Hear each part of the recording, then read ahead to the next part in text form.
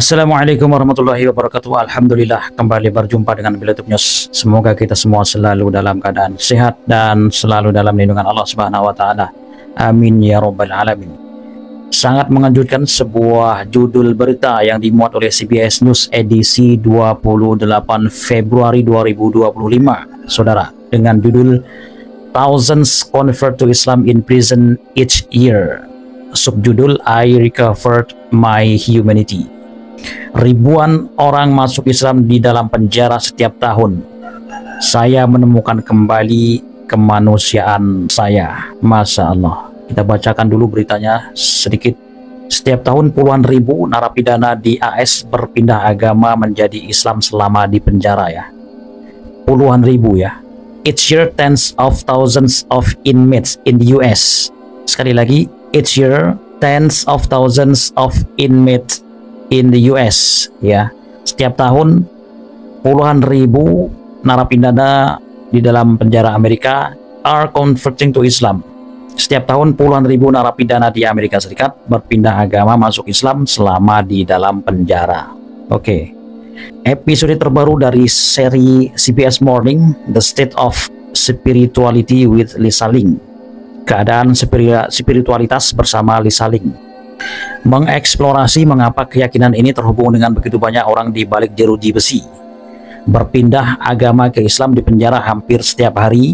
Ramin Sur pergi ke kantor pos tempat dan mendapati kotak suratnya penuh dengan surat-surat dari narapidana dari seluruh negara bagian yang meminta bimbingan spiritual dan sumber daya pendidikan Islam darinya. Ansur adalah direktur pendiri Taiba Foundation, organisasi pertama di Amerika Serikat yang menawarkan program pembelajaran jarak jauh dalam pendidikan Islam kepada narapidana. Luar biasa, jadi Amerika Serikat sudah mempercayakan sebuah organisasi Islam untuk membimbing para narapidana yang ada di dalam penjara di seluruh negara bagian Amerika Serikat, Saudara. Ya, luar biasa. Kita saksikan videonya ya, bagaimana eksplorasi dari seorang jurnalis bernama Lisa Ling dalam program CBS Morning di media CBS News. Judulnya adalah Keadaan Spiritualitas bersama Lisa Ling. This morning we have a new installment of our series. We call it The State of Spirituality with Lisa Ling, telling the stories of Americans making their unique journeys of faith and spirituality. So Lisa's back with a story about Islam and a part of America where this religion is rapidly growing.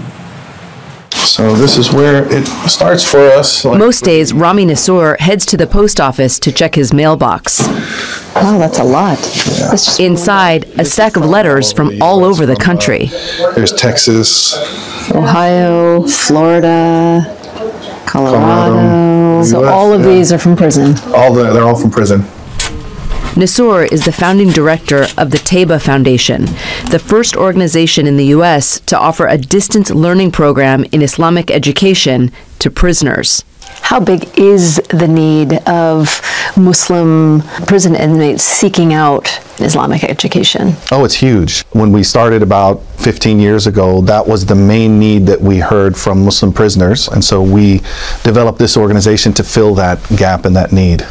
That's because Islam is the fastest growing religion in U.S. prisons, and reports estimate tens of thousands of mostly men convert each year. We've served over 13,000 individuals. By our numbers, 90% of them have converted to Islam, most of them in prison.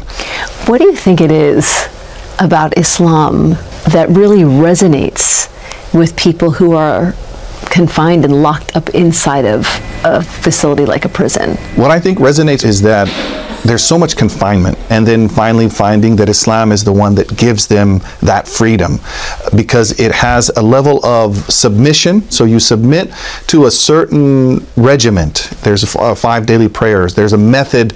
They see that those walls can't confine them anymore. That is part of what attracted Muhammad Amin Anderson to the faith. How has Islam changed your life? When I came to prison, I didn't have my humanity. I'd say it like that. But after entering prison, I've recovered my humanity.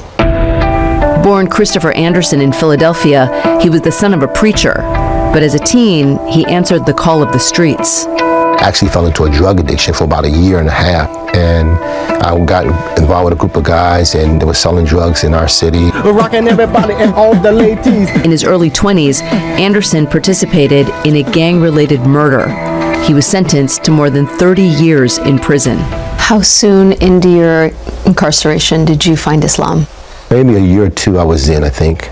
Why Islam and not further into Christianity or Judaism or another faith? And I spent my years in prison learning about other faiths. So I knew a lot about them, and it was like Islam was the only one that made sense for me. Was there a particular aspect of it that really resonated with you? For me, the spirituality, it offered me that sense of guidance, direction. As his faith grew deeper, Anderson became connected with Nusur and the Taiba Foundation. This call is from a correctional facility and may be monitored and recorded. You were teaching him by phone. There's only so much that you can do with self-learning. So I started taking his phone calls, started sending him material, answering his questions, and really taught him over the course of about 17 years, to the point that then he was able to teach in the prisons. But yet, there are still widespread misconceptions about why people are converting to Islam in prison.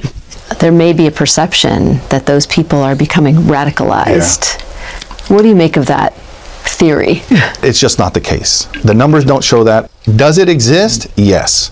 But it's a rare instance. In the same way, are there people who are Christian extremists, who are radicalized in prison, who might go on to do a terrorism act? Yes.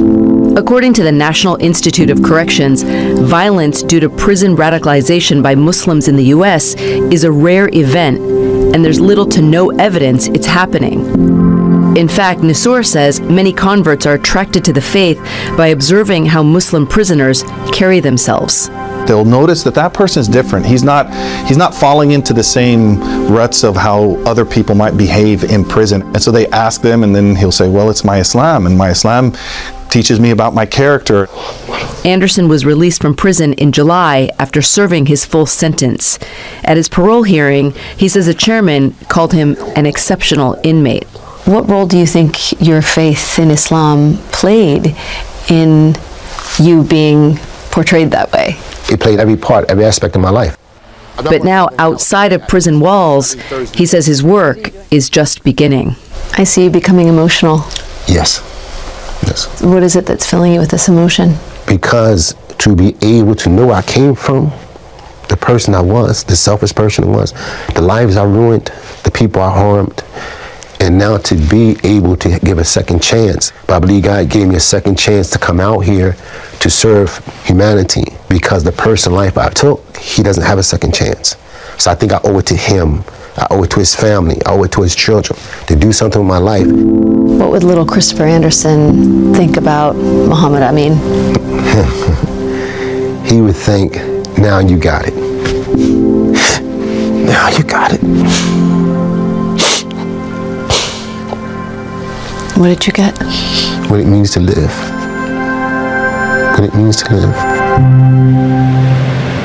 Anderson now has a job with the Taiba Foundation and is enjoying a quiet, prayerful life. Nusur told us in his 15 years of doing this, it has been rare for someone to denounce Islam once they leave prison. Evidence that he says shows it's not just a phase behind bars. Back to you in the studio. Well, very powerful, Lisa, listening to Mr. Anderson. Were you caught off guard by his emotion? Because he was so in control. I love earlier in the interview when he said, Islam helped me find my humanity. I'm for everybody finding their humanity, however they need to do that. I certainly was surprised, but when he thought back to what his childhood self would have thought, I think he really found that comfort and peace in who he has become. Lisa, I love the follow-up question, what do you mean by it? And he says, I mean what it means to live. It's just, we wouldn't have that if you didn't ask the question, and it was a really strong piece to end on. So thank you very much. Also acknowledging the victim, how he feels about the victim, what he's done and what he's destroyed in the victim's family. Absolutely. Very important to hear that. You went all the places necessary. It was a great piece. Thank you very much. Appreciate it. Sebuah judul berita yang dimuat oleh CBS News edisi 28 Februari 2025, saudara, luar biasa. Di dalam sebuah program CBS Morning, The State of Spirituality with Lisa Ling, mengungkap fakta yang luar biasa, eksplorasi dari seorang jurnalis bernama Lisa Ling ke dalam sebuah penjara di Amerika, dan fakta mengejutkan ternyata luar biasa ya. Amerika telah mempercayakan sebuah organisasi Islam untuk membimbing para narapidana yang ada di seluruh negara bagian Amerika di penjara-penjaranya untuk membimbing mereka secara spiritual. Luar biasa saudara. Dan tentu saja banyak di antara mereka, 90% lebih masuk Islam. Salah satu kisahnya tadi adalah Muhammad Amin, bagaimana dia dipenjara dalam waktu yang cukup panjang, puluhan tahun, 30 tahun, masuk dalam penjara seperti kehilangan kemanusiaan, lalu dia dibimbing secara Islam, akhirnya masuk Islam. Dan kita lihat setelah dia keluar beberapa waktu yang lalu, belum lama, bulan Juli tahun 2024, dia keluar penjara dan merasa Islam telah menyelamatkan dia, menemukan kembali kemanusiaannya, dan menemukan kesempatan kedua lagi, seperti diberikan second chance, jadi kesempatan kedua untuk menjalani kehidupan yang lebih baik secara kemanusiaan. Luar biasa. Kalau kita tanyakan kepada AI overview, maka jawabannya apakah benar 1,000 convert to Islam in prison each year? Jawabannya yes. Laporan menunjukkan bahwa ribuan narapidana di penjara AS berpindah agama ke Islam setiap tahun, menjadikannya agama dengan pertumbuhan tercepat di lingkungan tersebut. Fenomena ini telah diamati selama beberapa waktu dengan semakin banyaknya narapidana yang memeluk Islam. Beberapa faktor berkontribusi terhadap tren ini. Yang pertama, struktur dan disiplin. Banyak narapidana merasa tertarik dengan praktik harian Islam yang terstruktur seperti salat 5 waktu dan puasa. Kemudian yang kedua, rasa persaudaraan. Aspek komunitas dan rasa persaudaraan yang dirasakan di antara narapidana Muslim juga menarik bagi narapidana lain transformasi pribadi. Yang ketiga adalah transformasi pribadi ya. Beberapa individu melaporkan menemukan tujuan hidup, kemanusiaan, dan perubahan positif melalui Islam selama di penjara. Sistem pendukung organisasi seperti Taiba Foundation menyediakan sumber daya dan pendidikan bagi narapidana yang selanjutnya memfasilitasi perpindahan agama mereka.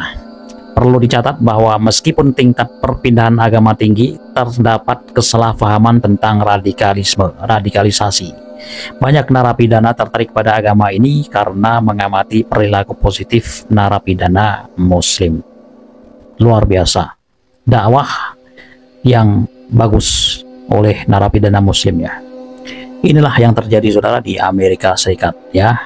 Kita doakan semoga semakin banyak lagi narapidana di Amerika yang mendapatkan hidayah memeluk agama Islam ya. Keluar dari penjara mereka menjadi pribadi yang lebih baik dan berdakwah menyebarkan Islam. Allahu Akbar.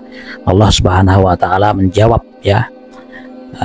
Sebuah tempat yang notabene di barat ya, Amerika, yang menjadi tempat propaganda ya untuk menjelek-jelekkan Islam sejak 11 September 2001 yang lalu, justru semakin terbuka ya. Islam semakin bersinar di sana ya. Ini sebuah makar dari Allah Subhanahu wa taala ya. Menjawab makar mereka dengan hal yang sangat-sangat indah, positif, cantik, tanpa adanya ini itu babi bu ya. Tahu-tahu banyak yang masuk Islam saja ya. Allahu Akbar. Berjumpa kembali di video berikutnya. Wassalamualaikum warahmatullahi wabarakatuh.